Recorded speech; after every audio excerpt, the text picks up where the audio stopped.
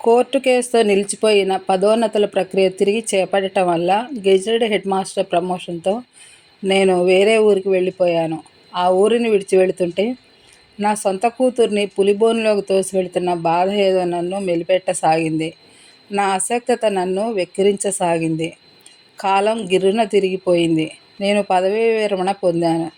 విశ్రాంత జీవితం గడుపుతున్న సందర్భంలో క్రమక్రమంగా వసంతను మర్చిపోయినా జ్ఞాపకం వచ్చిన ప్రతిసారి నా మనసు సునామీతో అల్లాడిన సాగరం అవుతోంది. చదివే కథల్లో, చూసే సీరియళ్లలో ఎక్కడ వసంతం అనే పదాలు కనిపించినా వినిపించినా తెలియకుండానే నా కళ్ళు తడితడిగా మారేవి. గుండె బరువెక్కేది. నేను రిటైర్ అయిన చాలా సంవత్సరాలకు ఒకనాడు ఉదయం ఓ వాహనం నా ఇంటి ముందు ఆగింది.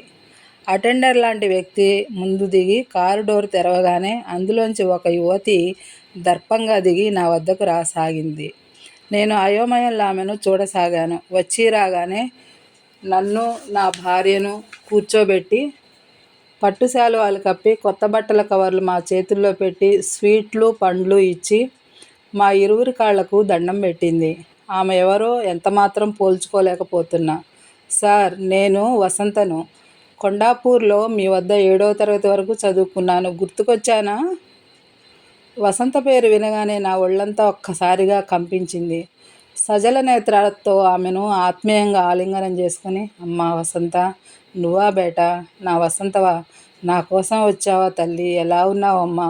ఏం చేస్తున్నావు? వివసుడనే అడుగుతుండగానే, మీ వసంత ఇప్పుడు మీ జిల్లా డిప్యూటీ కలెక్టర్. మీరు వెలిగించిన దీపం కాలం వీచిన కల్లోల గాలులకు ఆరిపోయిన మీ ఆశీస్సుల చమురుతో, మీరు అందించిన జ్ఞానకాంతితో తనకు తాను వెలిగించుకొని ఇప్పుడు మీ ఆశీర్వాదం కోసం మీ ముందు నిలబడింది. మీరు కోరుకున్నట్లుగా మా సమూహంలోనే కాదు, సమాజంలోని ఏ ఆడపిల్ల బాల్య వివాహపు బాకుకు బలి కాకుండా రక్షణగా నేను నిలుస్తాను.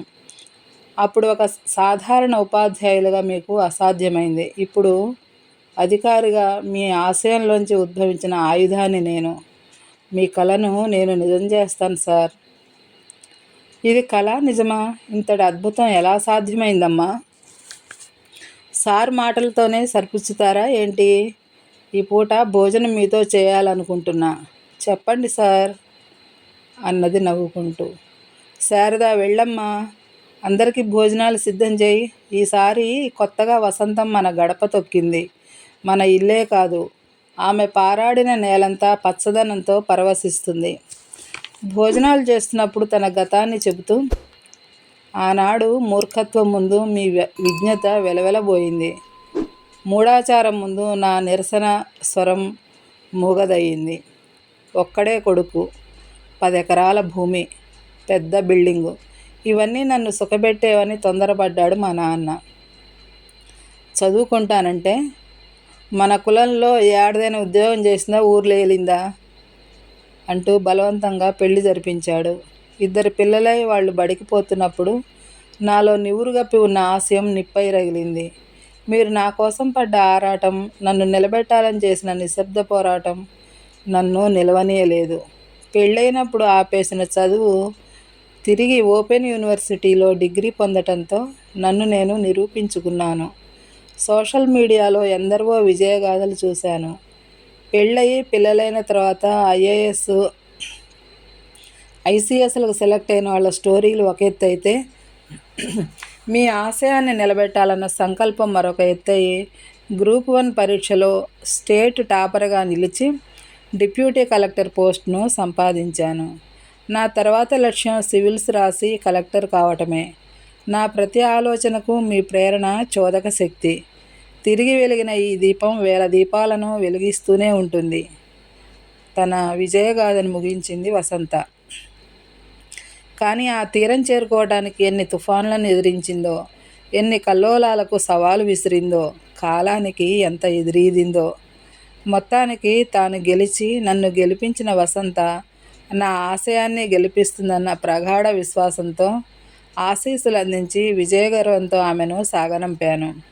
నడిచి వెళుతున్న వసంత చుట్టూ ఓ కాంతి వలయం ప్రసరిస్తున్న భావన నాలో కలిగింది. మిత్రులారా, కథ సమాప్తం. మీకు ఈ కథ నచ్చినట్లయితే లైక్ చేయండి, కామెంట్ రాయండి, మీ మిత్రులకు షేర్ చేయండి. సబ్స్క్రైబ్ అవ్వకపోతే తప్పకుండా సబ్స్క్రైబ్ అవ్వండి.